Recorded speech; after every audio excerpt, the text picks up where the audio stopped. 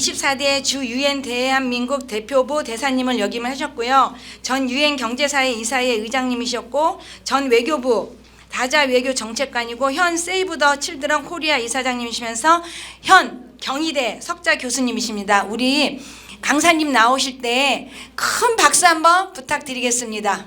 박수. 우리 오준 대사님 나오실 때 한번 큰 박수 부탁드리겠습니다.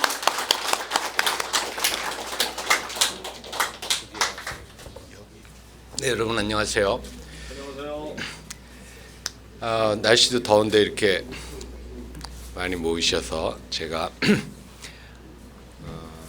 여러분들 뵙고 이런 제가 뭐 강사라기보다 이 한반도 문제나 남북한 문제에 대해서는 저보다 더 많이 생각하시고 또 잘 아시는 분들도 계실 것 같은데 저는 이제 제가 과거에 외교관이었기 때문에 국제적인 관점에서 볼 때 한반도 문제와 통일 문제가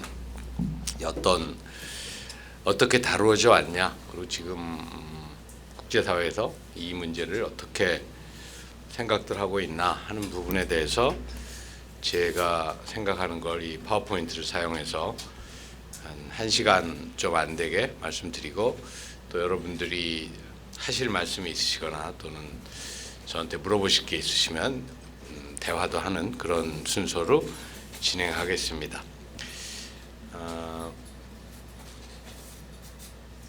국제사회에서 한반도 문제가 이제 어떻게 인식되어 왔느냐 하는 건데요. 사실은 뭐 우리가 해방이 되고 1945년에 남북한이 분단이 되면서 이제 한반도 문제가 생긴 거죠. 그 전에는 우리가 일본의 식민지였고 그보다 더 전에는 조선시대에 구한 말에 우리가 일부 서양 국가들하고 수교를 했는데 서양 국가나 일본하고 수교를 했는데 뭐 사실 그 전에 우리가 어떤 외교나 이런 거를 한 적은 많지 않으니까 일제가 시작되기 전에는 잠깐 한 20-30년 정도 우리가 다른 나라하고 외교 관계를 맺고 한 적이 있지만 국제적으로 한국이 또는 한반도가 이제 어떤 의미 있는 또는 중요한 또는 문제 지역이라는 인식을 받게 된 것은 1945년 해방 후라고 하겠습니다. 아시다시피 한반도가 이제 동쪽으로는 바다 건너편의 일본, 서쪽으로는 바다 건너편의 중국, 그리고 이제 동북쪽으로는 러시아와 연결되어 있는데요. 미국이 20세기 이후에는 세계 최강 대국이 되었으니까 바다 건너의 미국 입장에서도 태평양을 건너오면 바로 일본이나 한국이 나오니까 이제 우리가 보통 한반도 주변 국가를 얘기할 때 미국도 많이 포함을 시킵니다. 1945년에 저는 태어나지 않았는데 여기 45년에 태어나신 분들도 계실지 모르겠는데 계실 거라고 생각합니다. 예, 근데 저는 아직 태어나지 않았고요. 제가 1955년생이거든요. 그래서 45년에는 태어나지 않았고 다만 저희 돌아가신 선친이라든지 이제 저희 외교부의 선배님들이 제가 외교부에 있을 때 선배님들이라든지 이런 분들에게서 그런 해방 이후의 상황에 대해서도 이야기를 들은 적이 있죠. 저희 선친은 사실은 독립유공자이신데 사후에 독립유공자가 되었는데 일본에 가서 또 영어를 배워가지고 와서 1942년 우리나라의 군정이 미군 군정이 시작됐을 때 미군 군정에서 3년간 일을 했습니다. 그래서 1948년에 우리나라 정부가 수립됐을 때 저희 선친은 이제 외교부 창립요원으로 일을 하셨는데 그리고 그 후에 미국 LA의 영사로도 근무하고 했습니다. 그래서 1공화국 때 저희 선친도 외교관이었습니다. 그런데 이제 1945년 독립이 됐을 때 남쪽에는 미군이, 북쪽에는 소련군이 들어왔는데 어떤 분들은 그때 그렇게 나눠서 들어오지 않고 그냥 미군만 들어왔으면 한반도가 다 말하자면 미군의 군정을 거쳐서 단일 국가로 독립할 수 있었을 텐데 왜 그랬을까, 이런 말씀들을 하시는 분들도 있는데, 사실 역사에서 가정이라는 건 이랬으면 어쨌을까 하는 건 의미가 없죠. 뭐 두 번 다시 살 수 없는 거니까 의미 없긴 하지만, 그 당시의 역사에 관한 책을 읽거나 공부를 하면 이제 미국의 입장에서는 또 그렇게 할 수밖에 없는 이유가 있었습니다. 2차 대전이 끝날 때 이미 1945년 5월에 유럽 쪽에선 전쟁이 끝났죠. 5월에 히틀러가 자살했고 독일이 패망하고 유럽에선 전쟁이 끝났지만 태평양 쪽에서는 일본이 3달을 더 버텼기 때문에 전쟁을 계속했고, 그리고 이 태평양 쪽에서는 미국은 유럽 쪽에 집중할 수밖에 없었기 때문에 태평양 쪽에서 일본을 상대하는 데는 소련이나 또 중국도, 그때는 중국의 일부를 일본이 점령했지만 중국도 저항했으니까 중국이나 이런 데와 힘을 합쳐서 일본과 싸웠기 때문에 8월 달에 미국이 핵무기를 사용해서 히로시마와 나가사키에 원자폭탄을 터뜨려서 전쟁을 끝냈는데, 그때 소련의 입장에서는 사실 소련은 독일도 마찬가지입니다. 독일을 굴복시킬 때 소련이 자기들도 역할을 많이 했다고 생각했기 때문에 그 당시에 독일의 일부나 다름없었던, 예를 들어서 오스트리아의 비엔나 같은 데 들어갈 때도 미국이 들어와서 혼자 점령하면 안 된다, 소련도 같이 들어가서 점령한다, 그래서 비엔나도 같이 들어가서 점령했고, 한반도도 일본의 식민지인 한반도를 탈환했는데 이런 동아시아에도 소련의 이해가 많기 때문에 미국 혼자서는 안 된다, 소련도 들어오겠다 해서 북쪽에 들어왔죠. 그리고 또 아시다시피 우리 독립운동을 하던 우리 조선인들 중에도 미국에 가서 독립운동을 하던 이승만 박사 같은 분도 있었지만, 또 중국이나 소련 쪽에 가서 독립운동을 하던 공산주의자들도 있었기 때문에 미국의 입장에서는 그렇게 할 수밖에 없었죠. 그래서 한반도가 북위 38도를 기준으로 분단이 되었습니다. 그런데 남한에서는 이제 3년간의 미군 군정을 끝내고 유엔 감시하에 선거를 했습니다. 사실 유엔은 1945년에 2차 대전이 끝나면서 바로 생겼고, 국제사회에서는 큰 전쟁이 끝날 때마다 이거 이렇게 싸우다가는 인류의 미래가 있을까? 이런 자성, 성찰 이런 것 때문에 이렇게 싸우지 않게 우리가 좀 제대로 된 국제 기구 같은 걸 만들어 보자 해서 1차 대전이 끝났을 때는 1919년에 국제연맹이라는 걸 만들었고, 국제연맹은 평화를 제대로 지키지 못해서 2차 대전이 1939년에 발발했죠. 그래서 6년간 싸워서 1945년에 끝났는데 한 7천만 명의 사람이 죽었습니다. 2차 대전에는 7천만이라는 건 사실 어마어마한 숫자죠. 그리고 2차 대전서부터 시작해서는 항상 모든 전쟁에서 민간인이 더 많이 죽습니다. 군인보다. 그 전까지는 1차 대전까지는 군인이 많이 죽었습니다. 1차 대전에서는 군인들이 우리가 여자랑 아이들은 건드리지 말고 남자답게 들판에 나가서 싸우자. 그래서 1차 대전은 독일하고 프랑스가 주로 싸웠지만 자기네 들판에 나간 게 아니고 벨기에 중간에 있는 조그만 나라인 벨기에 들판에 나가서 많이 싸웠습니다. 참호를 파고. 그래서 희생자의 70%는 군인이었습니다. 그런데 2차 대전이 되니까 무기가 워낙 발달해서 미사일이나 폭격기나 장거리 대포나 이런 걸 쓰기 때문에 이런 무기들은 누가 군인이고 누가 민간인지 구분을 못합니다. 게다가 군인들은 어떻게 보면 전쟁을 하려고 나와 있기 때문에 이런 무기로부터 자기를 보호할 수가 있었습니다. 군인들은 벙커에도 들어가 있고 헬멧도 쓰고 있고 자기를 보호할 수 있는데 민간인들은 보호수단이 없기 때문에 2차 대전부터 시작해서는 항상 모든 전쟁에 지금 일어나고 있는 가자나 우크라이나 전쟁을 포함해서 모든 전쟁에 항상 민간인이 더 많이 죽습니다. 더 많이 죽는 정도가 아니고 80% 90%까지 민간인인 경우도 많습니다. 2차 대전이 끝난 후에 국제사회는 이렇게 싸우다가는 다 같이 죽겠다.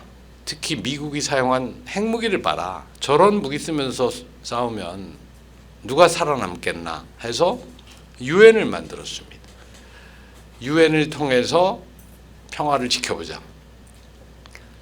그래서 유엔이 생긴 후에 말하자면 독립을 한 나라로서 우리가 거의 처음인데, 왜냐하면 영국이나 프랑스가 가지고 있는 식민지들은 영국과 프랑스는 승전국이었기 때문에 쉽게 독립시켜주지 않았습니다. 영국과 프랑스가 가지고 있던 식민지들은 모두 1950년대, 60년대 가서야 독립을 했습니다. 그런데 우리는 다행스럽게도 패전국의 식민지라서 전쟁이 끝나는 해에 바로 독립했습니다. 패전국, 독일이나 일본은 식민지가 몇 개 없었습니다. 어쩌면 그래서 전쟁을 했는지도 몰라요. 영국이나 프랑스가 식민지는 다 차지하고 있으니까. 어쨌든 간에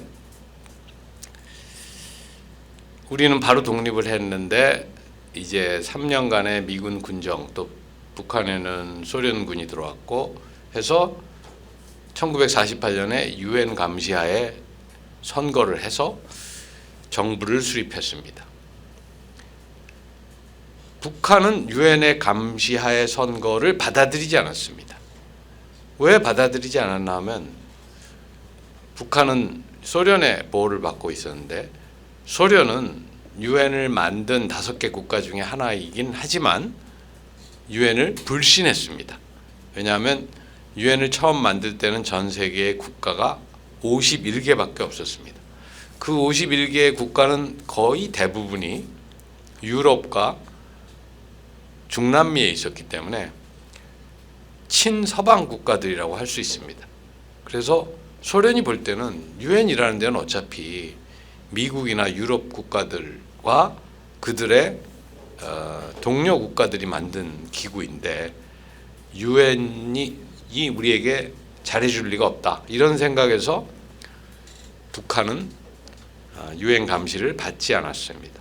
그래서 한국은 이제 한국 정부가 승인됐을 때 유엔 총회 결의는 남한만을 승인했습니다. 북한은 북한 나름대로 조선민주주의인민공화국을 선포했습니다. 근데 이거를 놓고 우리가 냉전 시대에는 북한하고 수교 경쟁을 할 때는 이거 봐라. 우리는 유엔이 승인한 나라고 너네는 아니잖아. 너네는 엉터리야. 가짜야. 이런 식으로 우리가 많이 북한을 공격했는데 사실은 뭐 유엔이 승인한 선거를 했으니까 우리만이 정당한 국가다 이렇게 말하는 거는 약간 우리가 아전인수격으로 말하는 거긴 하죠. 왜냐하면 제가 말씀드린 것처럼 북한이 유엔을 받아들이지 않은 거는 소련이 유엔을 받아들이지 않았기 때문에 안 받아들인 건데 그 사실은 그 국가 수립이 중요한 게 아니고 바로 2년 후에 전쟁이 일어났습니다. 북한이 남한을 침공했는데 유엔의 입장에서 보면 유엔을 1945년에 만들 때 바로 이러한 침략행위, 전쟁 전쟁의 발발, 평화의 파괴 이런 것에 대응하기 위해서 유엔을 만들었기 때문에 그렇게 해서 유엔을 그럼 만들었는데 제대로 된 전쟁 났는데 유엔이 여기에 대응할 수 있는가 하는 문제가 제기됐습니다. 한국 전쟁 전에는 그럼 전쟁이 없었냐? 없었던 건 아닙니다. 1948년에 이스라엘과 아랍 간의 전쟁도 있었고 작은 전쟁이 있긴 했지만 유엔의 입장에서 볼 때는 본격적으로 어떤 나라가 다른 나라를 침공하는 그런 전통적 의미의 전쟁은 한국 전쟁이 처음이었다고 할 수 있습니다. 그래서 유엔 안보리는 유엔을 만들 때 강제적으로 평화를 집행할 수 있는 권한을 부여했습니다. 사실 유엔의 전신인 국제연맹은 그런 능력이 없었습니다. 강제력이 없었습니다. 그런데 유엔은 안전보장이사회에 강제력을 주었기 때문에 유엔 안보리가 이 북한은 남한을 침공한 거다. 그래서 유엔 사령부를 만들고 유엔기를 사용하게 허가했습니다. 사실 이게 가능했던 것은 소련이 당시에 안전보장이사회를 보이콧하고 있었습니다. 소련이 보이콧한 이유는 소련이 볼 때 1949년에 중국 공산당이 북경을 차지해서 중공이 들어섰는데 그래서 장개석은 대만으로 피신해서 대만 정부를 만들었는데 소련이 볼 때는 처음에 1945년에 유엔을 만들 때 중국이라는 것은 장개석의 중국이었습니다. 국민당의 중국이었어요. 그런데 소련이 볼 때는 이거 봐라, 국민당은 지금 다 쫓겨나가지고 대만이라는 조그만 섬에 가 있는데 무슨 국민당이 중국이냐? 북경을 차지하고 있는 중국 공산당이 중국이다. 이렇게 주장을 했습니다. 그런데 아까 말씀드린 것처럼 유엔은 서방 국가들이 압도적인 다수였기 때문에 받아들이지 않았습니다. 그래서 소련은 일종의 시위하는 기분으로 그래? 그럼 우리는 안보리 안 나가겠다. 이러고 있을 때 한국 전쟁이 났습니다. 어떻게 보면 우리에겐 큰 다행이죠. 그래서 소련이 거부권을 행사하지 못하고 유엔군이 파견됐습니다. 그래서 16개국이 참전을 했는데 어떤 분들은 16개밖에 안 돼요. 국제사회 나라가 한 200개 있는데 이렇게 얘기하는데 국제사회 나라가 200개 있는 건 지금이고 1950년에 유엔 회원국은 51개밖에 없었습니다. 그러니까 16개라는 건 거의 3분의 1입니다. 유엔 회원국이. 그랬는데 이제 국제 정치학자들 간에는 이 한국 전쟁 때 유엔군 파견만이 유엔의 집단 안보 조치의 유일한 사례다 이렇게 주장하는 학자도 있습니다. 왜냐하면 그 후에는 이런 유엔군이라는 걸 안 만들고 그냥 다국적 군으로 대처하고 있기 때문에 한국 전쟁 때 파견된 유엔군만이 진짜 유엔군이다 이렇게 이제 주장하는 학자들도 있고 또 어떤 학자들은 한국 전쟁에 파견한 유엔군도 진짜 유엔군이기엔 좀 모자란다 이러는 사람도 있어요. 왜 모자란다고 생각하냐면 그때 유엔 사무총장의 지휘하에 유엔군을 파견한 게 아니고 그냥 미군을 중심으로 미군 사령관이 지휘해라 하고 회원국들은 거기다가 군대를 파견하자 이렇게 했기 때문에 약간 편법이 아니냐 이제 이런 주장도 있어요. 근데 사실은 이제 유엔 헌장에 따른 집단 안보에 가장 가까운 것이 한국 전쟁 때 유엔군입니다. 그런데 전쟁이 나서 몇 달 후에 소련은 다시 안보리에 돌아왔습니다. 그래서 안보리에서 추가적인 어떤 결정을 하려고 했더니 이제 소련이 거부권을 행사하기 시작했습니다. 그래서 더 이상 추가적인 결정을 하기가 어려우니까 미국을 포함한 서방 국가들은 유엔 총회에서 한반도 문제를 상정했습니다. 사실 유엔 총회는 안보리와는 달리 강제력이 없습니다. 그래서 강제력은 없지만 강제력이 필요한 유엔군 파견은 이미 결정을 했으니 한반도 문제를, 한국 전쟁 문제를 유엔 총회에서 다루자. 그래서 1950년 이후에 매년 유엔 총회에서 한반도 문제, Korean Question이라는 의제가 상정이 됐습니다. 75년까지 그렇게 됐습니다. 그러니까 1950년에서 75년까지니까 한 25년간 상정이 됐습니다. 제가 외교부에 78년에 입부했는데 제가 입부했을 때 이미 유엔에서의 한반도 문제 상정은 끝난 후였지만 저랑 같이 일하는 선배님들이 매년 한반도 문제가 유엔 총회에 상정됐을 때는 우리 외교부의 가장 중요한 일은 유엔에 가서 북한과 표 대결을 벌리는 일이다. 이렇게 이야기했습니다. 근데 아까 제가 유엔이라는 데는 원래 서방 국가들이 압도적인 우월한 입장이었다 그랬잖아요. 그랬었는데 1960년대가 되면서 상황이 달라졌습니다. 왜냐하면 아까 또 제가 1945년에 독립한 식민지는 우리처럼 패전국의 식민지 몇 개 안 되는 식민지였다. 승전국의 식민지, 가장 식민지를 많이 가지고 있던 영국과 프랑스의 식민지들은 수십 개 국가가 독립이 되는데 그 나라들은 모두 1950년대와 60년대에 순차적으로 독립했습니다. 이 나라들은 독립을 하고 보니까 미국과 소련이 싸우면서 냉전 시대, 말하자면 미국과 소련이 다른 나라들에게 너 우리 편이야? 우리 적이야? 이렇게 미국 캠프 또는 소련 캠프 중에 하나를 택하라는 양자택일을 강요당하니 이 새로이 독립한 나라들은 우리는 강요당하고 싶지 않다. 우리는 서방도 아니고 공산도 아니다. 우리는 비동맹이다. 이렇게 선언을 했습니다. 그래서 1960년대쯤 됐을 때는 새로이 독립한 나라들, 인도, 인도네시아, 이집트 뭐 이런 많은 나라들은 비동맹을 형성했습니다. 그런데 북한은 비동맹에 가입을 했습니다. 사실은 우리도 비동맹에 가입하려고 한 적이 있는데 우리는 가입을 못했습니다. 왜냐하면 우리는 동맹이니까. 우린 동맹이잖아요. 비동맹이라는 말이 뭡니까? 말 자체가 동맹에 안 들어간 나라라는 뜻이잖아요. 근데 우리는 미국하고 동맹이잖아요. 1953년에 한국 전쟁이 끝나던 해에 미국과 군사 동맹을 맺었습니다.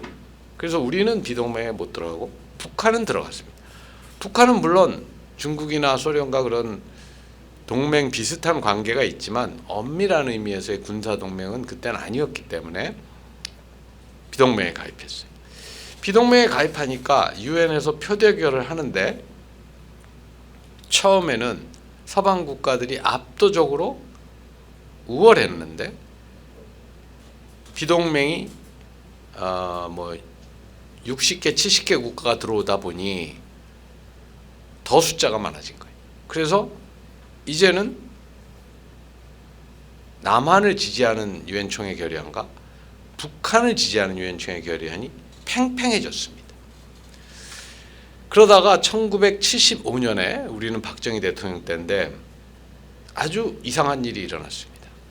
그 이상한 일은 뭔가 하면 유엔에서 남한을 지지하는 결의안, 즉 유엔사의 활동을 지지하는 결의안과 북한을 지지하는 결의안, 유엔사 빨리 해체해버려야 된다 하는 결의안이 둘 다 통과됐습니다. 사실 둘 다 통과되는 건 말이 안 되잖아요. 둘 다 할 수는 없거든요. 둘 중에 하나만 통과시켜야 되는데 이런 아프리카의 조그만 나라들은 서방 국가들에게도 압력을 받고 비동맹에도 압력을 받으니 애따 모르겠다 하고 둘 다 찬성을 해버린 거예요. 하나씩 투표를 하는 거예요. 그래서 둘을 놓고 A예요, A 찬성이에요, B 찬성이에요 이렇게 하면 그렇게 할 수가 없을 텐데 유엔은 그런 식으로 하는 게 아니고 자 A 투표합시다. 찬성, 반대. 자 B 투표합시다. 찬성, 반대. 이렇게 하기 때문에 어떤 양심 없는 나라들은 우리는 A도 찬성, B도 찬성이다. A하고 B하고 내용이 반대인데 어떻게 둘 다 찬성이세요? 그건 모르겠다. 우리는 무조건 둘 다 찬성이다. 이렇게 해버린 거예요. 그래서 유엔이 말하자면 난리가 난 거죠. 야, 이런 식으로 결의안을 채택하면 국제사회에서 유엔을 누가 신뢰를 하겠나? 이 한반도 문제라는 걸 이제 더 이상 하면 안 되겠다. 유엔의 신뢰만 떨어뜨리고 해결책도 안 나오고. 그래서 1975년에 한반도 문제를 더 이상 토의하지 않기로 결정했습니다. 한반도 문제를 더 이상 토의하지 않게 된 다음에는 1991년까지 한 10여 년간은 남북한의 수교 경쟁이 치열했습니다. 수교 경쟁이라는 건 뭔가 하면 이 국가들은, 새로 독립한 국가들은 당시에는 전부 다 유엔에 가입했습니다. 왜냐하면 유엔은 국가만 가입하게 돼 있어요. 그러니까 유엔에 가입하면 저 나라는 국가다 이렇게 인정을 받는 겁니다. 따로 인정을 받을 게 없어요. 그냥 유엔에 가입하면 돼요. 그런데 남북한은 유엔을 가입하고 있지 못했습니다. 왜 못했나 하면 우리 남한은 가입하고 싶었는데 남북한이 통일된 다음에 한 나라로 가입해야지 따로 가입하면 분단을 연구한다. 그래서 유엔 가입은 기다려라. 통일이 될 때까지. 이게 북한의 입장이었기 때문에 남한이 아무리 혼자서 가입 신청을 내도 유엔의 주인이라고 할 수 있는 안보리 상임이사국의 소련과, 그때쯤은 이미 중국도 북경으로 바뀌었습니다. 1972년에 미국과 중국이 수교를 하고 나서부터는 이제부터 중국은 북경이다, 대만이 아니다 이렇게 바뀌었어요. 그러니까 소련과 중국이 모두 북한의 우방국인데 거부권을 가지고 남한의 유엔 가입을 얼마든지 막을 수 있기 때문에 남한이 아무리 혼자서 유엔 가입을 신청해도 가입할 수가 없었습니다. 그러다가 1990년에 가서 우리가 소련과, 이제 소련이 냉전이 끝나고 공산주의가 붕괴되고 고르바초프가 나오고 이렇게 하면서 우리가 노태우 정부 때 소련과 수교했죠. 그리고 2년 후에는 중국과도 수교했죠. 그러니까 소련과 중국이 북한에게 우리는 더 이상 남한의 유엔 가입을 반대할 수가 없다. 수교까지 했는데. 이러니까 북한 입장에서는 가입 신청을 안 하고 버티면 자기만 손해니까 북한이 남한과 함께 유엔 가입 신청을 했습니다.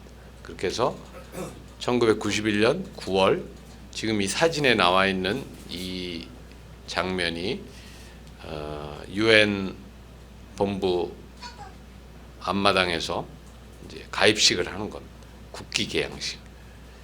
우리나라와 북한뿐 아니고 당시 소련이 해체되면서 독립한 볼틱 국가들, 그러니까 뭐 에스토니아, 뭐 에리토리아, 뭐 이런 나라들도 같이 가입했습니다. 네, 라티비아, 네, 그런 나라. 저도 여기 있었는데 저는 그때 아직 젊은 30대 외교관이라 이 사진에 찍히지 못했습니다. 카메라 뒤에 있었습니다. 이 사진에 찍힌 사람들은 당시 외교부 장관, 국회 외통위원장, 주미대사, 주유엔 대사 이런 사람들입니다. 이분들 중에는 제가 볼 때 살아있는 분보다는 돌아가신 분이 많은 것 같습니다. 제가 이때 남북한 국기가 올라가는 걸 보면서 야, 저 국기가 저렇게 두 개가 올라가지만 내가 아직 30대이니 내가 외교관으로 퇴직할 때까지는 저 국기가 하나로 합쳐져서 우리가 통일 국가로 유엔의 회원국이 되겠지 이렇게 생각했는데 완전히 잘못 생각한 거죠. 제가 퇴직한 지 벌써 7년이 넘었는데 통일의 기미도 안 보입니다. 남북한이 유엔에 가입하니까 아까 제가 얘기한 수교 전쟁, 서로 우리를 나라로 인정해 달라 하면서 이제 전 세계를 돌아다니면서 남북한이 수교 전쟁을 했거든요. 제가 외교부에 들어가니까 78년에 가장 중요한 일이 북한과의 수교 전쟁입니다. 여러분들 몇 년 전에 모가디슈라는 영화 보셨어요? 모가디슈 영화를 보면 소말리아라는 나라에 가서 남북한이 대사관을 만들고 있었는데 소말리아 내전이 나니까 도망쳐야 되는데 북한 외교관들도 우리 남한 외교관들하고 같이 도망치는 이야기를 가지고 우리 제 외교부 선배인 어떤 분이 그때 대사하신 분이 글로 썼는데 그걸 영화로 만든 거죠. 모가디슈가. 어쨌든 간에 그 영화를 보면 아니 뭐 때문에 소말리아 같이 저렇게 전쟁하고 내전하고 진짜 나라 같지도 않은 나라, 지금도 소말리아는 그렇거든요. 저런 데다 왜 대사관을 만들었지? 이런 생각이 들죠. 왜냐하면 그때는 남북한이 수교 전쟁이니까 우리와 수교만 해주면 가서 대사관을 만들었습니다. 그래서 수교 전쟁을 하다가 우리가 물론 유리했죠. 한국이 더 많이 수교를 했는데 그러다가 유엔 가입을 하니 수교 경쟁이 필요가 없어졌습니다. 아까 제가 말씀드렸죠. 유엔은 국가만 가입할 수 있다. 그러면 남북한이 유엔 가입했으면 국가란 뜻이잖아요. 둘 다. 그러니까 우리가 북한을 국가로 승인한 적이 없지만 사실은 간접적으로 승인한 겁니다. 왜냐하면 유엔 회원국이 되는데 우리도 반대한 적이 없으니까 북한이. 그래서 남북한의 수교 경쟁은 끝났다. 국제사회에서. 그러니까 아까 제가 말씀드린 것처럼 한국전쟁 이후 유엔 총회 한반도 문제를 놓고 20몇 년 경쟁하고 그거 끝난 다음에는 수교 경쟁으로 외교전을 10몇 년 하고 이러다가 1991년 유엔 가입으로 이제 더 이상의 외교 경쟁은 불필요해진 거죠. 그 다음에는 유엔이나 국제사회에서 한반도 문제라는 건 다 북한 문제입니다. 남한 문제는 없습니다. 왜냐하면 유엔이 논의할 만한 남한의 어떤 문제가 없어요. 북한에는 도대체 어떤 문제가 있길래 국제사회에서 한반도 문제는 다 북한 문제가 되었냐? 크게 이 세 가지의 문제가 있습니다. 북한 핵 문제, 인권 문제, 북한에 대한 인도적인 지원 문제. 이걸 하나씩 한번 보면요. 북한의 핵 미사일 문제. 뭐 언론에서도 많이 보시고 여기 계신 선생님들도 다 생각을 해보셨을 것 같긴 한데 북한은 그동안에 6번의 핵실험을 했습니다. 그런데 처음에 2006년에 처음 핵실험을 했을 때는 사실 2006년 핵실험은요. 그 전에 2005년에 육자회담을 거쳐서 9.19 공동성명이라는 비핵화 합의를 했기 때문에 저는 지금도 9.19 공동성명 같은 비핵화 합의는 좋은 합의라고 생각합니다. 좋은 합의라는 건 무슨 뜻인가 하면 그대로 잘 이행하면 북한도 손해 안 보면서 핵을 포기할 수 있었어요. 그런데 바로 다음에 핵실험을 했습니다. 이걸 놓고 이제 어떤 분들은 북한이 처음부터 핵무기 개발하려고 그랬지 뭐 비핵화할 마음이 전혀 없었던 거다. 그동안에 비핵화 협상하고 뭐 합의하고 몇 번 이랬던 건 다 위장이다. 진짜로는 핵무기 개발하려고 그랬다. 이제 이렇게 보는 시각도 있고 또 어떤 분들은 북한도 처음에는 핵무기를 개발하는 게 나은가 아니면은 이런 서방 미국이나 일본이나 한국 같은 서방 국가들에게 돈을 많이 받고 핵무기를까지는 안 만들더라도 돈을 많이 받고 이걸 포기하는 게 나은가를 가지고 망설였을 거다. 그런데 나중에 어쨌든 간에 핵무기를 만들어 놓고 보자 한 거 아니냐 이렇게 보는 시각도 있고 시각이 좀 달라요. 근데 어쨌든 간에 사실 1994년에 제네바 합의로 1차 북핵 위기 후에 합의가 됐을 때는 한국과 일본이 40억 불을 들여서 북한에다가 40억 불이면 5조 아닙니까? 5조죠. 5조 원을 들여서 북한에다가 원자력 발전소를 지어주기로 했어요. 그래서 만들고 있었어요. 우리가 갔다가 거기 설치해 주려고. 그런데 그게 깨졌죠. 생각해 보십시오.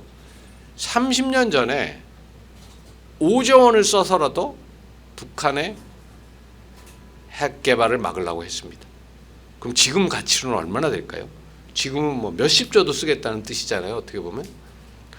그러니까 북한 입장에서도 그런 혜택을 받고 핵을 포기하는 게 낫다 이렇게 생각할 수 있는 게 아니냐 이제 이렇게 보시는 분들도 있는데, 그렇게 하기에는 북한이 이제 핵 개발이 너무 많이 왔죠. 무슨 말인가 하면 북한 입장에서도 너무 억울한 겁니다. 이렇게 핵을 개발해서 세계에 지금 핵무기를 가진 나라가 북한을 포함해서 9개밖에 없는데 9번째 핵 국가가 됐는데 이거를 돈을 받고 포기한다 하는 게, 1994년에는 아직 핵무기 가지려면 멀었으니까 그런 합의했지만 지금은 안 할 거다 이렇게 보는 시각도 있고, 6번의 핵실험 중에 마지막 2016년에 했던 17년에 했던 마지막 핵실험은 엄청난 규모였습니다. 요즘 핵실험은 전부 다 지하에서 하기 때문에 지진파로 그 규모를 판단할 수 있는데, 지금 여기서 보시는 것처럼 엄청난 규모였고, 북한의 주장대로 이게 수소폭탄일 수도 있고, 또는 수소폭탄이라는 거는 그 폭탄 속에 작은 원자탄이 들어있는 거거든요. 그러니까 원자탄은 핵분열이고 수소탄은 핵융합인데, 핵융합을 일으키려면 에너지가 많이 필요하기 때문에 작은 원자탄을 수소폭탄 속에 넣어서 에너지를 발생시켜서 핵융합을 일으키는 게 수소폭탄입니다. 그러니까 이게 진짜 수소폭탄이었는지, 수소폭탄을 만드는데 반드시 필요한 그 고성능의 원자폭탄이었는지 그건 모르지만 수소폭탄을 만들 능력이 있다는 건 입증한 거죠. 그러니까 북한으로서는 어떻게 보면 더 이상의 핵실험이 필요하지 않은 겁니다. 다만 이런 북한 같은 나라들은 핵무기를 만들면은 미사일이 없으면 소용없습니다. 미국이나 러시아 같은 나라는 미사일에 싣지 않고도 폭격기에 싣고도 가서 떨어뜨릴 수 있고, 여러 가지 다른 방법이 있는데, 미국이나 러시아는 폭격기가 높이 날고 빠르게 날고 초음속으로 날고 레이더에 잡히지 않고 이런 폭격기들이 있기 때문에 가능합니다. 북한은 그런 폭격기가 없기 때문에, 인도나 파키스탄도 없기 때문에 이런 나라들은 핵무기만 가지고는 소용없어요. 미사일에 실을 수 있어야 돼요. 왜냐하면 그냥 비행기에 싣고 가다가 그 비행기가 떨어지면 어떻게 됩니까? 격추되면. 그러면 망하는 거잖아요, 완전히. 그래서 미사일, 특히 탄도미사일에 실어야 됩니다. 탄도미사일은 영어로 ballistic missile이라고 그러는데 로켓하고 똑같은 거예요. 우주 로켓하고. 대기권보다 훨씬 높은 데로 미사일을 쏴서 떨어질 때는 중력으로 갖다 꽂는 게 탄도미사일입니다. 떨어질 때는 굉장히 빠르겠죠. 지구에 가까워지면. 그래서 막을 수가 없습니다. 그래서 우리나라도 그런 걸 막기 위한 거를 고고도, 사드, 고고도 미사일 방어라고 그러잖아요. 이렇게 올라가서 떨어지는 거는 속도가 언제가 제일 느리겠습니까? 위에서 돌아서 내려오기 시작할 때가 느리겠죠. 한번 내려서 지구에 가까워지면 그건 막을 재간이 아무도 없고, 이렇게 올라가서 속도를 바꿔서 내려오기 시작할 때 잡자. 이게 고고도 미사일 방어입니다. 우리가 사드 기지를 만들었죠. 그래서 북한은 미사일 실험을 엄청 많이 했습니다. 특히 김정은 시대에 와서. 왜 이렇게 미사일 실험을 많이 할까? 이렇게 궁금하시면 아까 제가 말씀드린 그겁니다. 북한 같은 나라는 핵무기만 있어서는 소용없다. 그걸 미사일에 실을 수 있어야 된다. 그럼 미사일에 실으면 되지. 근데 그게 그렇게 간단하지 않아요. 왜냐하면 핵무기라는 건 굉장히 무거워요. 이 우라늄이 제 주먹만 하면 한 100kg쯤 돼요. 그러니까 핵무기라는 게 워낙 무겁기 때문에 미사일에 싣고 날아가려면 미사일이 커야 돼요. 큰 미사일이라는 건 이제 장거리를 날아가는 뭐 2,000km 이상 날아가는 이런 미사일들에는 실을 수 있어요. 북한 입장에서 보면 2,000km를 날아가는 미사일에 싣는 것만 가지고는 충분하지 않습니다. 왜냐? 남한과 북한 간의 거리가 얼마입니까? 아무리 길어봐야 한 500km? 이 정도겠죠? 그러면은 이 미사일이 2,000km를 날아가 버리면 남한은 공격을 못 하잖아요. 그 미사일 가지고는. 그죠? 그래서 사실 북한이 한 4, 5년 전에는 미사일을 고각도로 쐈어요. 원래 미사일이 이렇게 날아가야 되는 미사일을 그렇게 안 쏘고 이렇게 쏴서 이렇게 떨어지게 쐈어요. 그래서 우리나라 국방부에서 처음에는 실패했다고 그랬어요.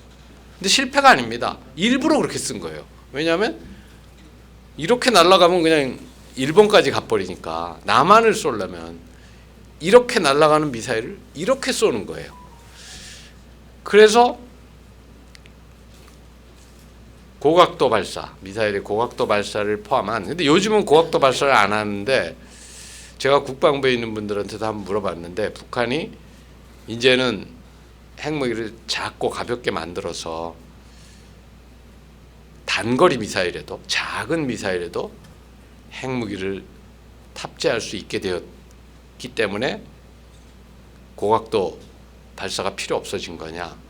근데 사실은 정확히 몰라요, 우리 국방부도. 근데 그럴 가능성이 있다고 추정하는 것 같습니다. 그럼 우리한테 위험한 거죠. 이제 북한이 단거리 미사일에도 핵무기를 실 수 있다. 그러면은 우리한테는 굉장히 위험한 겁니다. 근데 단거리 미사일에 못 실어도 중거리 미사일도 아까 제가 얘기한 것처럼 그런 식으로 자꾸 실험을 하는 걸로 보아서 고각도든 뭐든 우리를 공격할 미사일, 핵미사일을 가지고 있다. 이렇게 보는 게 맞겠죠. 전 세계에서 핵무기를 가진 나라들이 9개가 있는데 북한을 포함해서 핵무기의 대부분은 러시아와 미국이 가지고 있습니다. 러시아와 미국이 각각 한 5,000개가 넘게 가지고 있죠. 사실 5,000개라는 건 저거는 굉장히 줄어든 거예요. 한때 냉전의 피크 때는 두 나라 합쳐서 한 3만 개 있었습니다. 3만 개나 필요 없는데, 왜냐하면 요새 핵무기라는 건 히로시마 떨어진 거에 100배가 넘는 위력이 있기 때문에 3만 개까지 필요 없고 그냥 몇천 개만 있어도 전 세계를 다 쑥대밭을 만들 수 있는데 뭐 때문에 3만 개를 가지고 있었을까? 그거는 핵전쟁을 하면 2차 공격 능력을 갖기 위해서 그랬습니다. 2차 공격 능력은 뭡니까? 예를 들어서 소련이 미국을 핵전쟁을 일으켰다. 그러면 소련은 이미 미국이 어디다 핵무기를 쏴야 되는지 다 알고 있거든요. 미국의 기지를 포함해서 뭐 워싱턴을 포함해서 다 타겟이 있어요. 그럼 거기에다가 핵무기 한 2,000개 보냈다 했을 때 미국은 어떻게 할까요? 미국은 우선 미국 대통령이 몇백 미터 아래 지하 벙커로 들어갑니다. 그러고 나서 우리가 소련으로부터 지금 핵공격 받았다. 우리 보복 타격해라 그래요. 그러면은 미국의 전략사령부를 포함해서 전략사령부에 미사일이 있거든요. 전략사령부를 포함해서 지금 다 쑥대밭으로 공격받았는데 어디서 반격합니까? 잠수함과 폭격기를 가지고 반격할 수 있습니다. 전 세계 바다에 미국은 핵잠수함이 많이 나가 있는데 제가 싱가포르 대사할 때 핵잠수함에도 타봤는데 핵잠수함의 절반은 다 핵무기를 가진 미사일들입니다. 그리고 그 핵잠수함들은 예를 들어서 소련이면 소련에 가까이 가 있기 때문에 저 북해나 이런데 거기서 쏘면은 금방 반격할 수 있어요. 또 미국은 핵무기를 탑재한 폭격기가 24시간 하늘에 있습니다.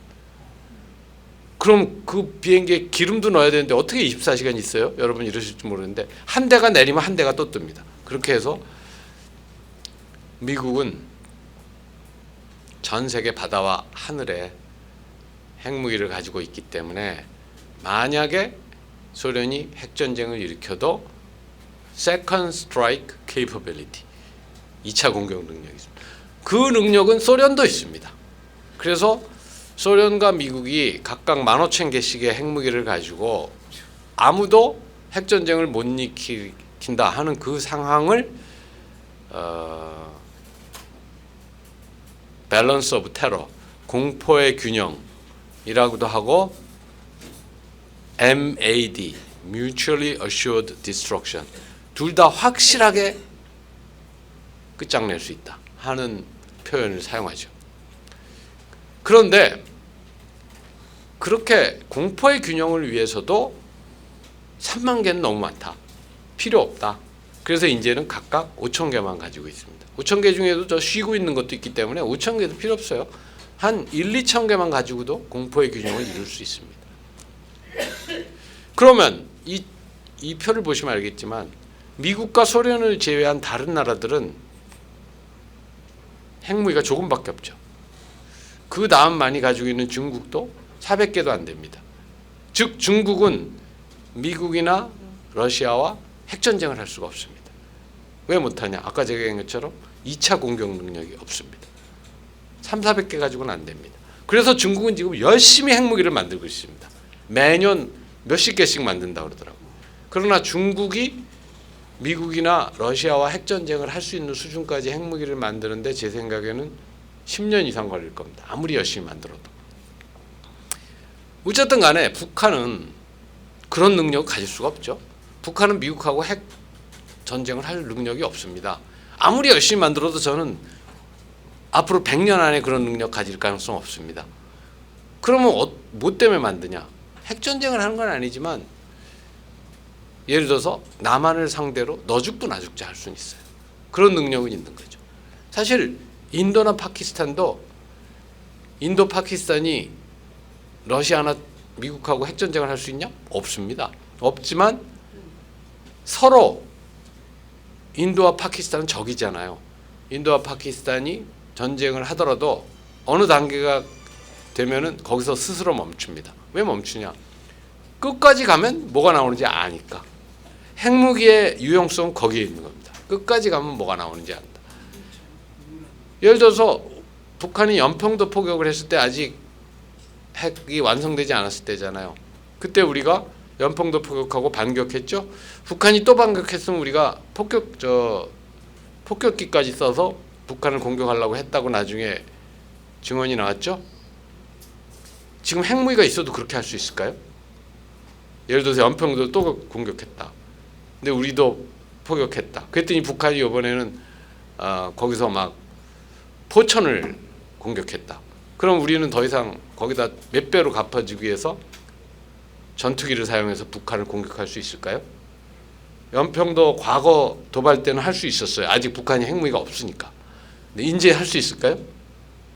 굉장히 어려운 얘기죠.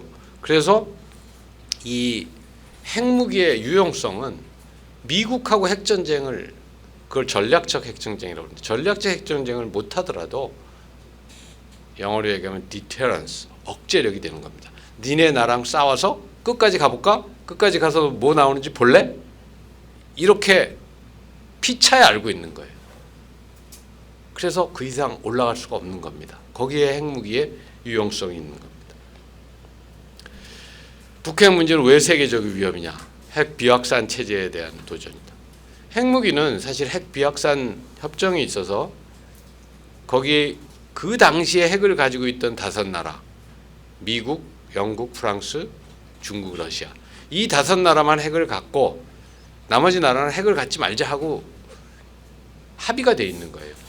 그런데 그 후에 인도, 파키스탄, 이스라엘이 핵을 가졌습니다. 그러나 그 나라들은 핵 비확산 조약에 들어가지 않았습니다. 그러니까 핵은 가졌지만 뭘 잘못한 건 아니에요.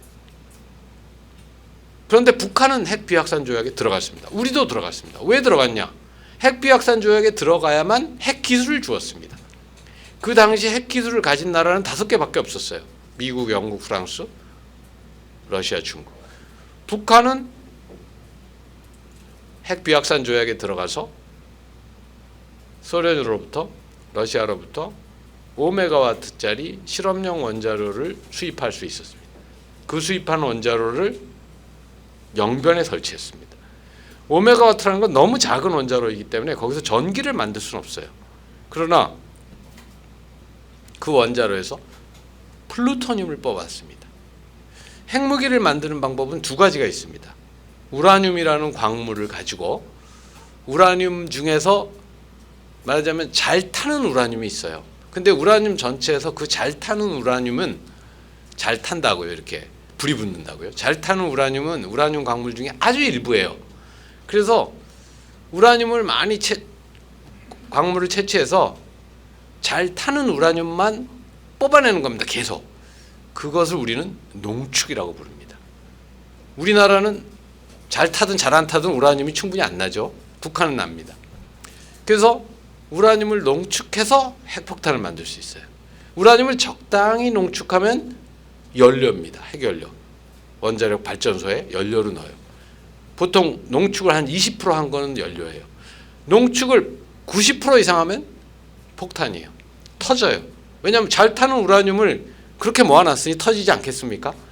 적당히 한 20%만 모아놨으면 핵연료로 발전소에 쓸 수 있는데, 그러니까 농축을 하는 방법이 하나 있고 또 하나는 플루토늄이라는 물질을 사용하는 겁니다. 플루토늄이라는 물질은 자연에는 존재하지 않아요. 그럼 어디서 나냐? 우라늄을 태우면 나옵니다. 우라늄을 핵연료로 원자로에 넣어 사용해서 사용 후 연료를 뽑아서 거기에 플루토늄이라는 새로운 물질이 형성돼 있어요. 그거를 산을 부어가지고 뽑아낼 수 있습니다. 그거를 제철이라고 합니다. 그래서 농축, 제철이 이런 말을 여러분들이 많이 들으셨을 것 같은데 두 가지가 다 핵무기를 만드는 방법입니다.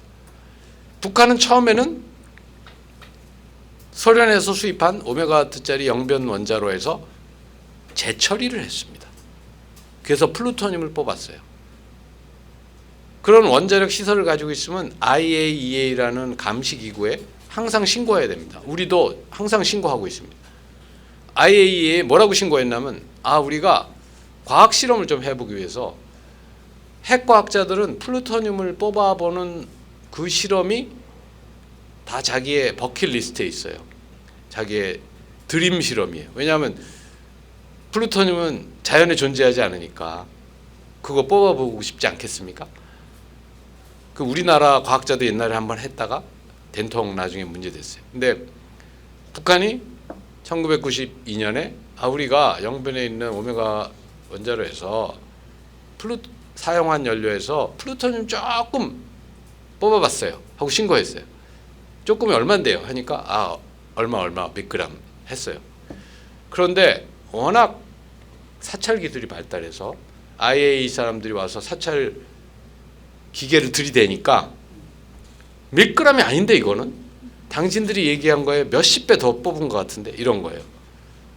이거는 특별 사찰해야 되겠다. 그러니까 북한이 특별 사찰? 우린 그런 거 필요 없다. 다 나가라. 우리는 핵 비확산 조약도 탈퇴하겠다. IAEA 필요 없다. 이것이 1993년 북핵 위기의 시작입니다. 그러니까 그리고 나서 제가 아까 제네바 합의가 됐다고 그랬죠. 제네바 합의가 깨진 건 2002년인데 왜 깨졌냐? 2002년이 되니까 미국이 북한의 무역이나 이런 걸 다 감시하고 있는데 북한이 이상하게 특수 알루미늄을 자꾸 수입하는 거예요. 근데 이 특수 알루미늄은 보통은 잘 안 쓰고 농축을 할 때 씁니다. 아까 제가 농축이 뭐라고 그랬죠? 우라늄 중에 잘 타는 우라늄을 모으는 게 농축이라고 그랬잖아요. 잘 타는 우라늄을 모으는 과정을 농축이라고 하는데 농축을 보통 어떻게 하냐면 우라늄을 이렇게 기체로 만들어서 터빈 같은 데 넣어서 돌려서 한쪽 무거운 거는 바깥으로 몰리니까 그렇게 뽑는 거거든요.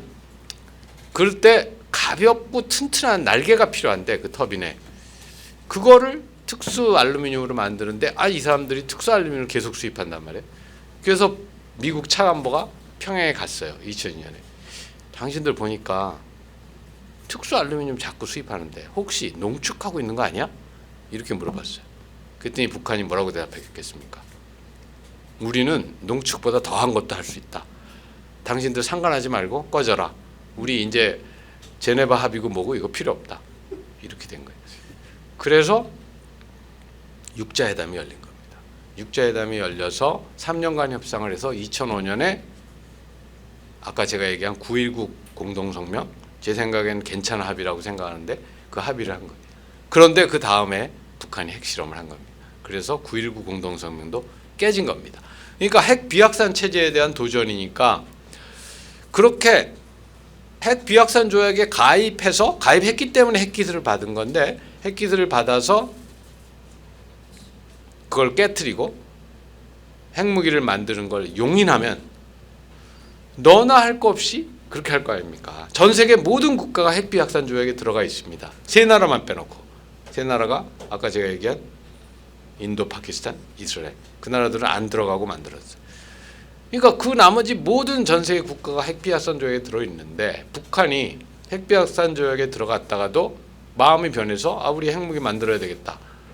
핵기술을 받은 다음에 받을 때는 핵 비확산 조약에 들어갔기 때문에 받은 건데 이렇게 되면은 깨지는 거죠.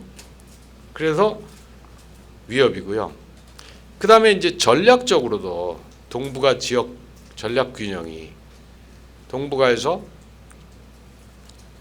중국, 러시아, 미국은 핵국가고 남북한과 일본은 비핵국가인데 북한이 핵국가가 되면 남한과 일본은 어떻게 해야 됩니까? 우리도 핵을 갖거나 아니면 북한을 다시 비핵국가로 만들어야 되겠죠. 그러니까 굉장히 어려운 지역적 전략 균형 문제가 있고요. 북한에 대한 제재가 여러 차례 채택돼서 가장 강력한 제재는 2017년 말에 채택됐는데 유엔 역사상 이렇게 강력하고 포괄적인 제재를 받은 적이 없다. 이제 그죠? 원래 유엔은요 제재를 어떤 나라가 니네 한번 굶어 죽어봐라 그런 제재는 없어요. 유엔은 나라들이 다 잘 살 수 있게 해주는 게 목적이기 때문에 제재를 하더라도 제가 북한이 강한 제재를 받고 있다 그러면 북한 뭐 사람들 다 먹고 살만 하잖아요. 그런데 원래 유엔은 먹고 살지 못하는 제재는 안 합니다. 그래서 그런 상황에서는 이 정도면 엄청 강한 제재입니다. 왜냐하면 북한은 경제 발전할 수가 없어요. 북한의 대외 경제, 무역 이런 걸 막는 제재이기 때문에 2018년 이후에 잠시 트럼프 때 북미 정상회담도 하고 우리 문재인 정부 때 남북 정상회담도 하고 했는데 하노이에서 미북 정상회담이 깨지고 나서 그 다음부터는 내리막길이죠. 그래서 북한이 계속 미사일 실험하고 있습니다. 그리고 몇 년 전에는 2년 전에는 핵무력 정치에 관한 법이라고 해서 뭐 이 법이라는 건 말이 법이지 그냥 우리는 핵무기를 쓰고 싶을 때 아무 때나 쓸 수 있다 이런 취지입니다. 두 번째는 이제 북한 인권 문제인데요. 여기서부터는 제가 빨리 이야기하겠습니다. 세계 각국의 인권 상황 지표를 보면 북한이 뭐 제일 거의 꼬라지에 있는 거는 제일 뒤에 있는 거는 뭐 공통이고요. 북한 인권 문제가 처음 국제사회에 나온 거는 1990년 중반 이후입니다. 1990년대에 여기 지금 탈북하신 분이 있는지 모르겠는데 탈북자가 나오기 시작했죠. 김일성 사후에 이제 흉년이 들고 고난의 행군 이래서 북한이 너무 힘들어지니까 탈북이 중국을 통한 탈북이 많아서 여태까지 한 3만 5천 명 탈북이 나왔는데 그들이 이제 와서 증언을 하기 시작했죠. 내가 북한에 있을 때 봤는데 정치범 수용소라는 게 있다. 거기 잡혀가면 고문도 당하고 뭐 이런 일이 생긴다.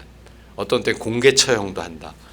그런 거 다 심각한 인권 침해입니다. 특히 정치범 수용소는 그 존재만으로 심각한 인권 침해입니다. 왜냐하면 정치범 수용소는 정당한 감옥소가 아니잖아요. 정당한 감옥소는 사람을 재판을 해서 3심까지 재판을 한 다음에 유죄가 되면 보내는 건데 정치범 수용소는 뭡니까? 당신은 사상교육이 좀 덜 돼 있다. 여기 들어와서 좀 교육 좀 더 받아야 되겠다. 말하자면 우리 옛날에 삼천교육대 같은 거예요. 삼천교육대 재판해가지고 갔습니까? 그냥 막 잡아다가 집어넣죠. 이게 다 이런 거 정치범 수용소이고 심각한 인권 침해입니다. 그래서 2003년, 그러니까 20년 전부터 유엔은 북한 인권 결의를 채택하기 시작했는데, 북한 인권에는 2014년이 중요한 해입니다.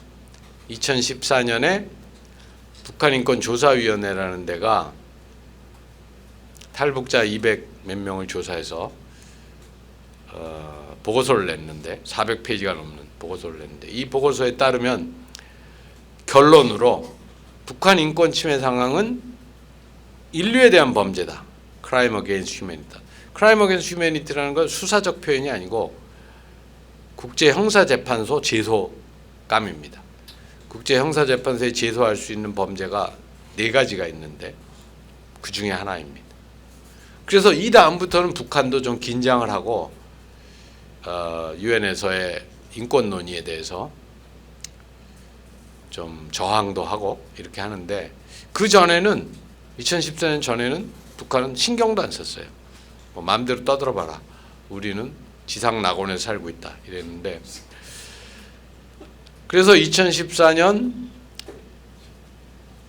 북한인권조사위원회 보고서가 나온 이후에 북한을 형사재판소에 보내려면, 형사재판소는 사람을 보내는 거니까, 예를 들어서 북한을 보내는 게 아니고 사실은 뭐 김정은을 보내거나 북한의 그런 뭐 인민무력부장을 보내거나 이러는 건데, 북한은 형사재판소에 가입을 안 했기 때문에 유엔 안보리가 그렇게 결정을 해야 됩니다. 근데 유엔 안보리는 북한의 우방국인 러시아와 중국이 거부권을 가지고 있기 때문에 그런 결정을 할 리가 없죠. 그러나 토의는 할 수 있습니다. 토의만 해도 북한에게는 위협이 되죠. 왜냐하면 러시아나 중국도 토의를 막을 수는 없어요. 토의에는 거부권이 없습니다. 결정에는 거부권이 있습니다. 그래서 2014년에 처음으로 북한 인권에 관한 안보리 회의가 있었고, 제가 거기서 연설을 했었죠. 저는 북한 인권 문제에 대해서 우리나라 접근 방식이 비정치적 접근을 하는 게 좋다고 생각합니다. 정치적 접근은 뭐냐? 정치적 접근은 북한 인권 거론하면 김정은 정권이 싫어할 것 같으니까 거론하지 말자 하는 건 정치적 접근이죠. 그 다음에 북한 인권을 가지고 김정은 때리기에 최대한 활용하자 하는 것도 저는 정치적 접근으로 봅니다. 인권만 놓고 생각해야 돼요. 그래서 북한 사람들이 우리 형제자매인데 이런 인권 침해를 당하니 저들이 그런 인권 침해를 당하지 않게 도와주려면 어떻게 해야 될까? 이런 접근을 해야 되는데, 북한 사람들이 인권 침해 당하는 건 난 모르겠고 그냥 김정은 정권 때리기에 인권 문제를 최대한 활용하자 이렇게 생각한다면 그것도 정치적 접근입니다. 그래서 저는 북한 정권이 싫어할까 봐 거론을 안 하는 것도 정치적 접근, 북한 인권 문제를 김정은 때리기에만 활용하는 것도 정치적 접근이라고 생각하고, 비정치적 접근, 인권은 인권으로 다루자 하는 방식의 찬성입니다. 북한 인권법이 2016년 여야 합의로 진보와 보수 간에 합의해서 했잖아요. 근데 인권법의 내용이 오랫동안 실현이 안 되다가 지금은 거의 다 실현되는데 아직도 북한 인권 재단은 설립 안 됐죠. 그래서 북한 인권 재단 설립을 제외한 북한 인권법이 지금은 많이 실현이 됐습니다. 유엔에서 북한 인권 결의를 할 때 우리가 처음에는 노무현 정부 때였는데 처음에 불참하고 기권했습니다. 그러나 2008년 이후에는 우리가 찬성했을 뿐 아니라 공동제안국을 했는데, 문재인 정부 때 4번 공동제안 불참을 했습니다. 근데 언론 생각하면 공동제안에 불참했어도 찬성을 했잖아요, 이렇게 얘기하시는 분들이 있는데 그건 좀 애매합니다. 왜냐하면 요즘은 북한 인권을 놓고 투표를 안 해요. 여기 보시면 아시죠? 몇 년 후죠? 2016년 후에는 투표를 안 해요. 컨센서스로 해요. 왜냐하면 투표해봐야 항상 통과되니까 반대하는 나라들이 그 뭐 반대했다는 기록 맨날 남기기도 싫고 하니까 그냥 컨센서스로 하자, 반대는 안 할 테니, 이래서 2016년부터 투표를 안 하거든요. 그럼 투표를 안 하는 상황에서는 우리는 북한 인권 결의안을 찬성한다 하는 걸 확실하게 표시하는 방법은 공동제한국이 되는 수뿐이 없어요. 그래서 우리가 공동제한국을 했는데 문재인 정부 때 4년 동안 공동제한에서 빠졌는데, 그리고 윤석열 정부 들어서 다시 공동제한에 들어갔는데, 저는 공동제한에서 빠진 거는 잘못된 정책이라고 생각합니다. 왜 그러나 하면 아까 제가 인권은 인권 잣대로만 해야 된다고 그랬잖아요.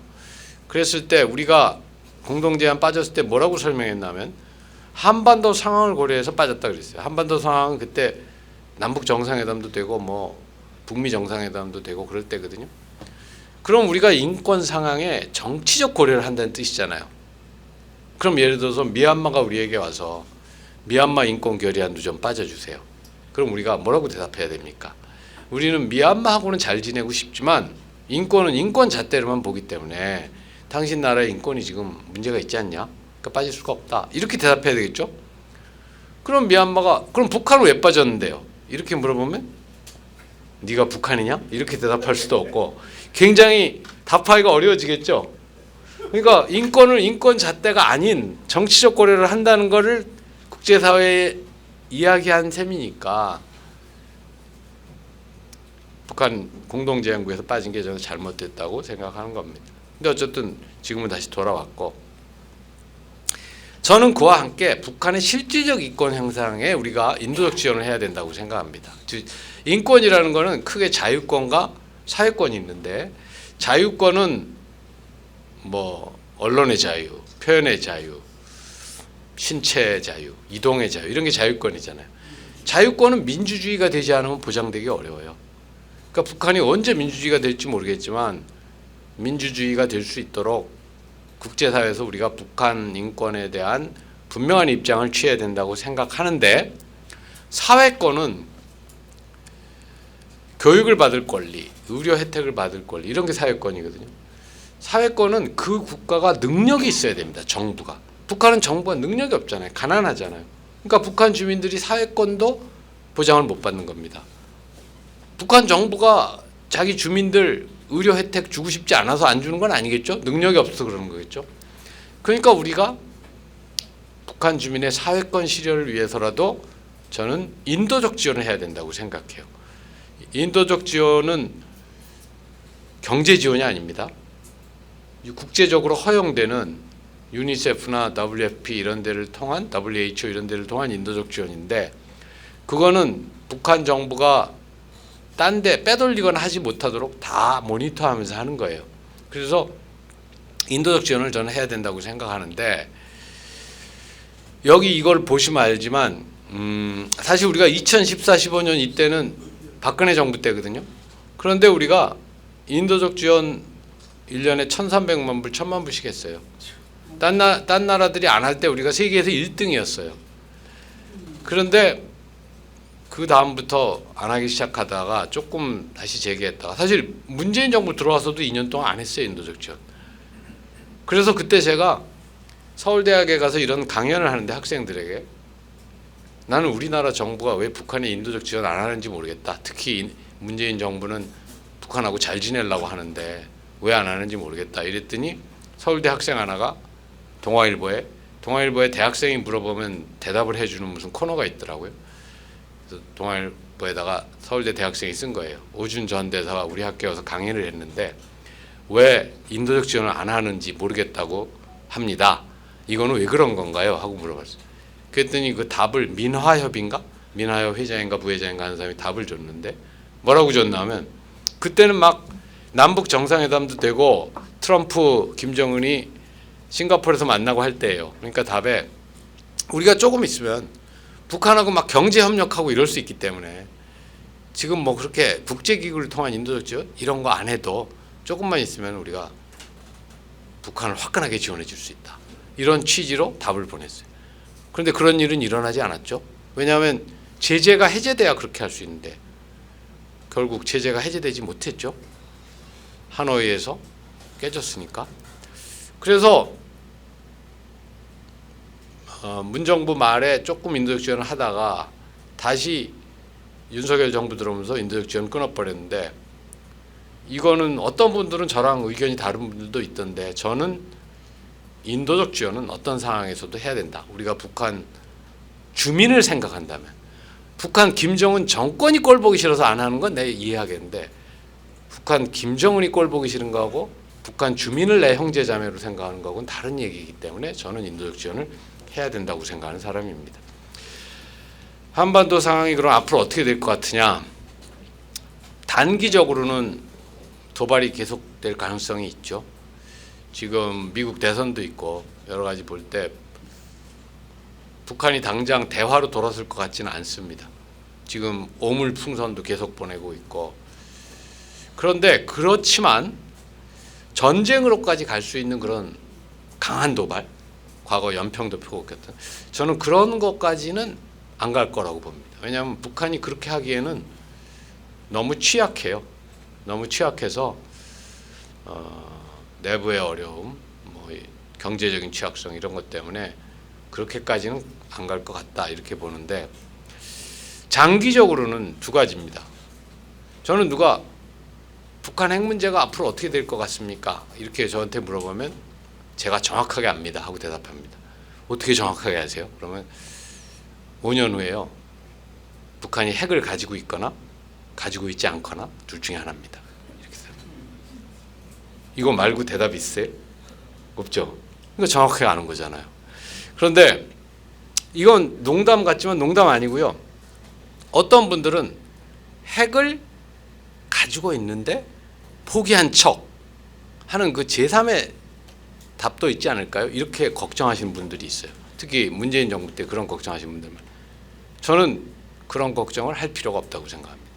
왜냐하면 핵은 금이 아니에요. 예를 들어서 북한이 금을 100톤을 가지고 있다. 그런데 그중에 30톤만 내놓고 70톤은 땅에 묻어놨다. 우리가 그걸 어떻게 찾습니까? 북한 땅을 돌아다니면서 다 금속 탐지기로 모든 땅을 뒤져볼 수도 없죠. 핵은 그렇게 할 수 없습니다. 핵은요, 지금 이 방에 제가 플루토늄을 가지고, 이거 실제로 우리나라에서 일어난 일이에요. 플루토늄을 어디 요만큼 가지고 들어와서 이 방에 여러분에게 이게 플루토늄입니다 하고 보여주고 얼른 치워버리죠. 20년 후에 핵사찰을 하는 사람이 기계 갖고 들어오면 이 방에 20년 전에 플루토늄 있었네? 이렇게 나와요. 핵이라는 거는 정말 독특한 물질입니다. 그래서 거짓말이 안 돼요. 비핵화는 과학입니다. 북한이 우리 핵 신고 다 했어. 다 포기했어. 그리고 어디다 숨겨놓으면 어떨까 이렇게 걱정하는데 숨겨놓을 수가 없어요. 왜냐하면 IAEA가 들어와서 핵사찰을 하고 나서 여기 사찰했는데 아무 문제 없습니다. 다 북한이 가진 핵 전부 신고됐습니다. 이렇게 말을 해줘야 끝나는데 그렇게 말을 과학적으로 확인될 때까지는 안 해준다 이거죠. 그래서 실제로는 핵을 숨겨놓고 가지고 있으면서 없는 것처럼 돼서 상황이 종료되면 어떡하죠? 하는 걱정은 할 필요가 없다. 그래서 제가 답을 정확하게 한다. 5년 후에 북한이 핵을 계속 가지고 있거나 가지고 있지 않거나 두 가지밖에 없다. 긍정적 시나리오는 가지고 있지 않는 거고요. 저는 이 시나리오에 대해서는 많은 분들이 그런 일 안 생겨요. 대사님 참 순진하시네. 북한이 지금 30년을 핵 개발을 했는데 그걸 절대 포기 안 합니다. 김정은이가 이러는데 그럴까요? 김정은도 머리가 있기 때문에 자기 살 길이 핵을 30년 전에 5조 원에 팔 수 있었는데 그때는 핵무기도 없었는데 지금은 50조 원에도 팔 수 있습니다. 그러니까 50조 원의 핵을 팔고 살고 보자 하는 판단을 과연 절대 안 할까요? 저는 아무도 그렇게 확신할 수 없다고 생각합니다. 근데 다만 요즘 러시아하고 북한하고 협력하고 또 중국도 뒤로는 북한이 죽지 않게 계속 살려주죠. 그렇기 때문에 더 버틸 수 있는 거 아닙니까? 이렇게 물어본다면 맞아요. 더 버틸 수 있어요. 더 버틸 수는 있는데 경제 발전을 못해요. 경제 발전을 못하면 북한 주민들도 중국 사람들이 20년 전에는 자기네 같이 살았는데 지금은 중국 사람들이 전 세계 돌아다니면서 관광하고 쇼핑하고 자가용 물고 다니고 한다는 거 압니다. 북한 주민들이 자기네들도 중국 사람들 같이 살고 싶지 않을까요?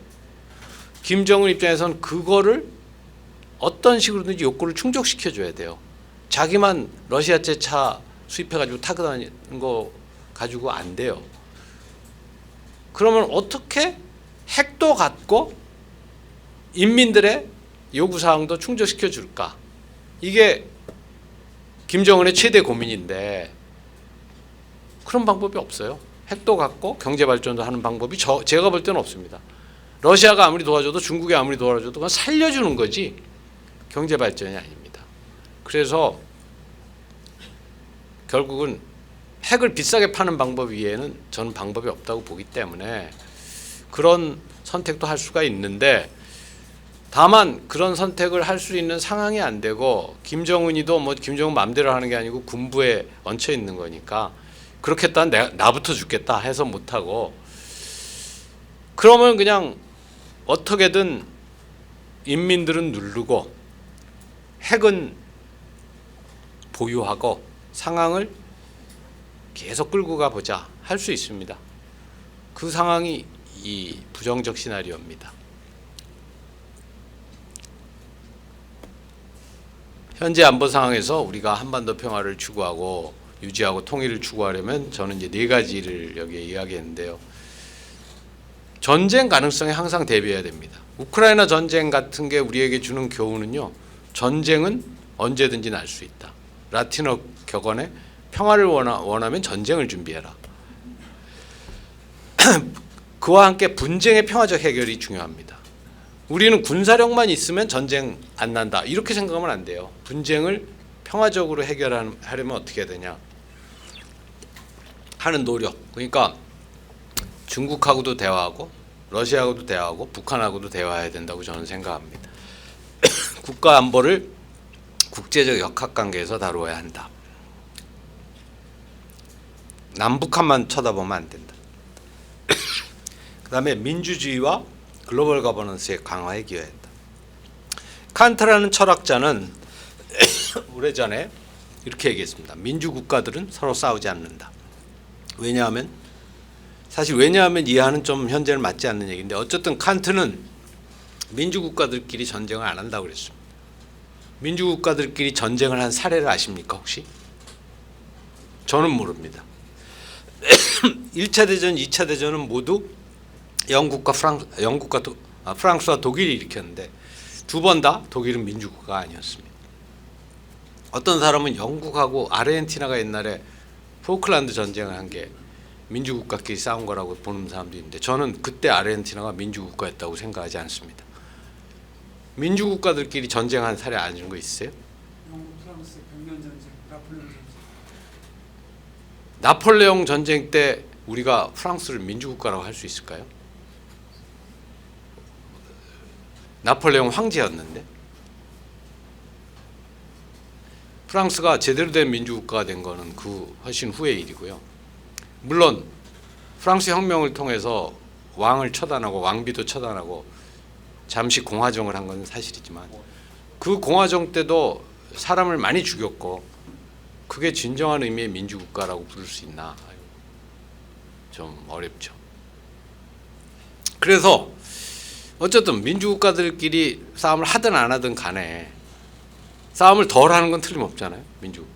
그러니까 민주국가가 전 세계에서 많아지도록 우리가 기여해야 합니다. 민주국가의 숫자는 지금은 민주국가와 부분적 민주국가를 합치면 전 세계 국가의 한 3분의 2 되거든요. 이 숫자는 40년 전에 비하면 2배 늘어난 겁니다. 40년 전에 민주국가 아닌데 그동안 민주국가 된 나라가 어디예요? 그렇게 물어보시면 한국. 우리 40년 전에 민주국가였습니까? 아니었잖아요. 지금 아시아에 있는 이 초록색 국가나 노란색 국가는 다 40년 전에 민주국가 아니었습니다. 노란색 국가는 부분적 민주거든요. 필리핀, 인도네시아 이런 나라들이 40년 전에 민주국가였습니까? 아니잖아요. 그러니까 민주국가가 많아지면은 전 세계 평화도 더 높아진다면 다른 나라들이 민주국가가 되게 도와줘야죠. 우리도. 지금 여기서는 보라색들이 다 문제입니다. 보라색은 민주국가가 아니에요. 초록색은 민주고 노란색은 부분적 민주국가입니다.